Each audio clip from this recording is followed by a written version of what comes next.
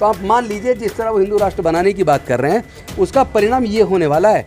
और जो लोग कर रहे हैं वो ये ना भूलें कि जब इस तरह के दंगे होते हैं, हिंसा होती है, आज उनकी बेटी के साथ आप कर रहे हैं, हो सकता है कल आपकी बेटी हो, परसों मेरी बहन बेटी हो।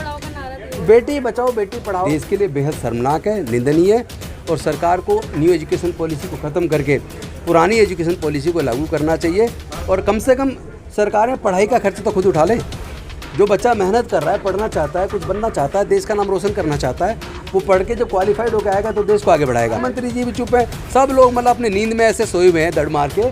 ऐसे लोगों को डूब मरना चाहिए, लानत है, ऐसे लोगों को रिजाइन करना चाहिए। नहीं, अच्छा है, बच्चों को का मोरल बढ़ाना चाहिए।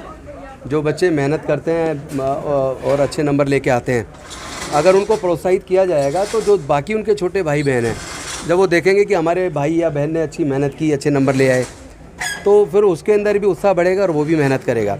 लेकिन इसके साथ साथ मैं एक बात और कहना चाहता हूँ। आज जो देश के हालात हैं, देश में एजुकेशन को सिस्टमेटिक तरीके से महंगा करके आम लोगों की रीच से बाहर कर दिया गया है। यानी अब केवल पैसे वाले लोगों के बच्चे ही हायर एजुकेशन ले पाएंगे।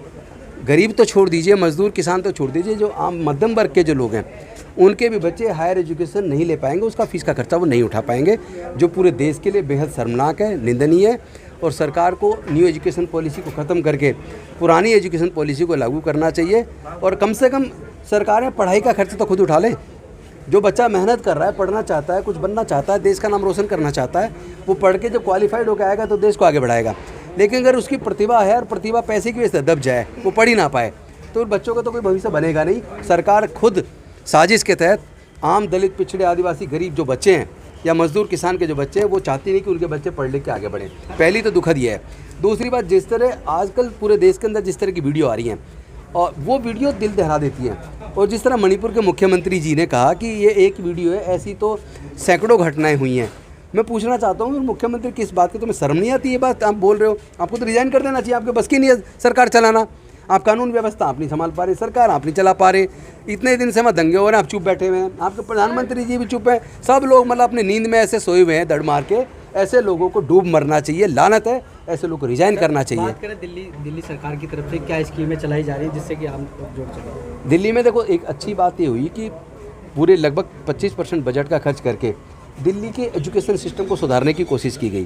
क्योंकि हर आदमी प्राइवेट स्कूल में तो नहीं पढ़ा सकता, सब तो प्राइवेट स्कूल का खर्चा नहीं उठा सकते। लेकिन यहाँ एक बजट को बढ़ाकर टीचर्स को बाहर ट्रेन करके और एसएमसी बनाकर स्कूल के अंदर, ताकि खुद उनके पेरेंट्स बच्चों के वो एसएमसी का हिस्सा होकर नज़र रख पाएँ कि स्कूल में बच्चे पढ़ रहे हैं या नहीं पढ़ रहे हैं, या किस तरह के सुधार है या किस तरह की समस्याएं, वो सब एसएमसी खुद उसको निपटा दे। एसएमसी को फंड खर्च करने की वो दी गई है। तो उस तरह की योजनाएं जो बनी हैं, मुझे लगता है पूरे देश को चाहिए। क्योंकि देश के बच्चे पढ़ेंगे तो बढ़ेंगे और देश बढ़ेगा, लेकिन देश के बच्चे नहीं पढ़ेंगे तो देश पीछे रह जाएगा। तो ये तो जिम्मेदारी सरकारों की है कि सारे देश की सरकारें, सारे राज्य की सरकारें भी कम से कम स्कूल एजुकेशन को सुधार लें और हेल्थ सर्विस सुधार लें। क्योंकि हर आदमी इलाज का खर्चा नहीं उठा सकता, तो इलाज का खर्चा और पढ़ाई का खर्चा, अगर दो खर्चे भी सरकारें नहीं उठा सकती, ऐसे सरकारों को तो वैसे भी सत्ता से बने रहने का कोई हक नहीं, उन्हें छोड़ देना चाहिए। संदेश कुछ देना चाहिए? एक ही संदेश है, नफरत से देश नहीं चलता। आज पूरे देश के अंदर एक पार्टी विशेष केवल सत्ता पाने के लिए नफरत फैला रही है, रोज़ हिंदू मुस्लिम कर रही है। उससे देश का भला क्या होगा?